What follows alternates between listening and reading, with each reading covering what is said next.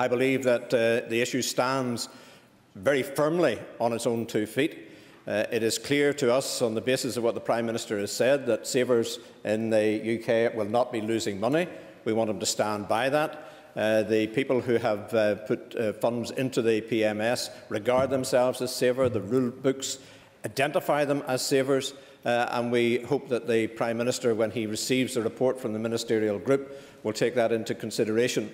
I think that the Deputy First Minister and I, along with the Finance Minister and the Deputy Minister who were present at the last meeting, felt that the officials had seriously engaged on these issues. They were looking at a range of proposals. I think I've indicated in my initial reply that we regard the best way forward, if it is achievable, a local bank being involved, but that clearly requires us to look at a number of legal and indeed some European regulatory issues to see whether that's possible. And of course, we need to have the interest of the bank, who will be looking to know what the government's involvement is going to be. So we do hope to take this matter forward. We have agreed to meet in 3 weeks' time. At that stage, I hope we will be able to agree one proposition that should be put to the Prime Minister.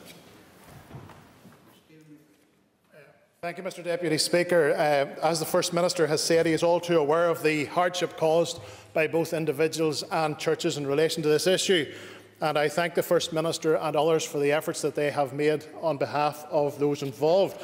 But can the First Minister indicate whether or not he believes the Government at Westminster is committed to finding a solution to this?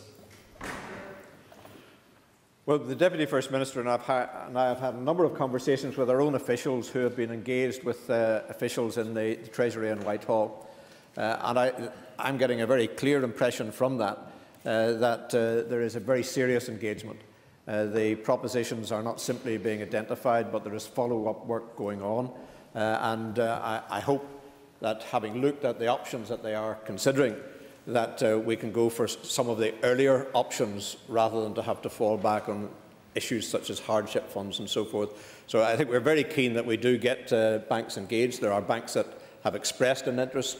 Discussions have already taken place, but there is a due diligence phase which is necessary from the bank's point of view, and clearly we then have some regulatory issues to look at thereafter. So we are moving forward, and I know that the Administrator has had to postpone a meeting that he was going to have with those who are members of the Society, and I can recognise that there is very considerable hardship on the part of some people who have savings with the PMS, people who cannot get access to their funds, who need that access. So the sooner we can get the matter resolved, the better, and we are putting pressure on the Treasury to complete their discussions so that the Prime Minister can take a final decision.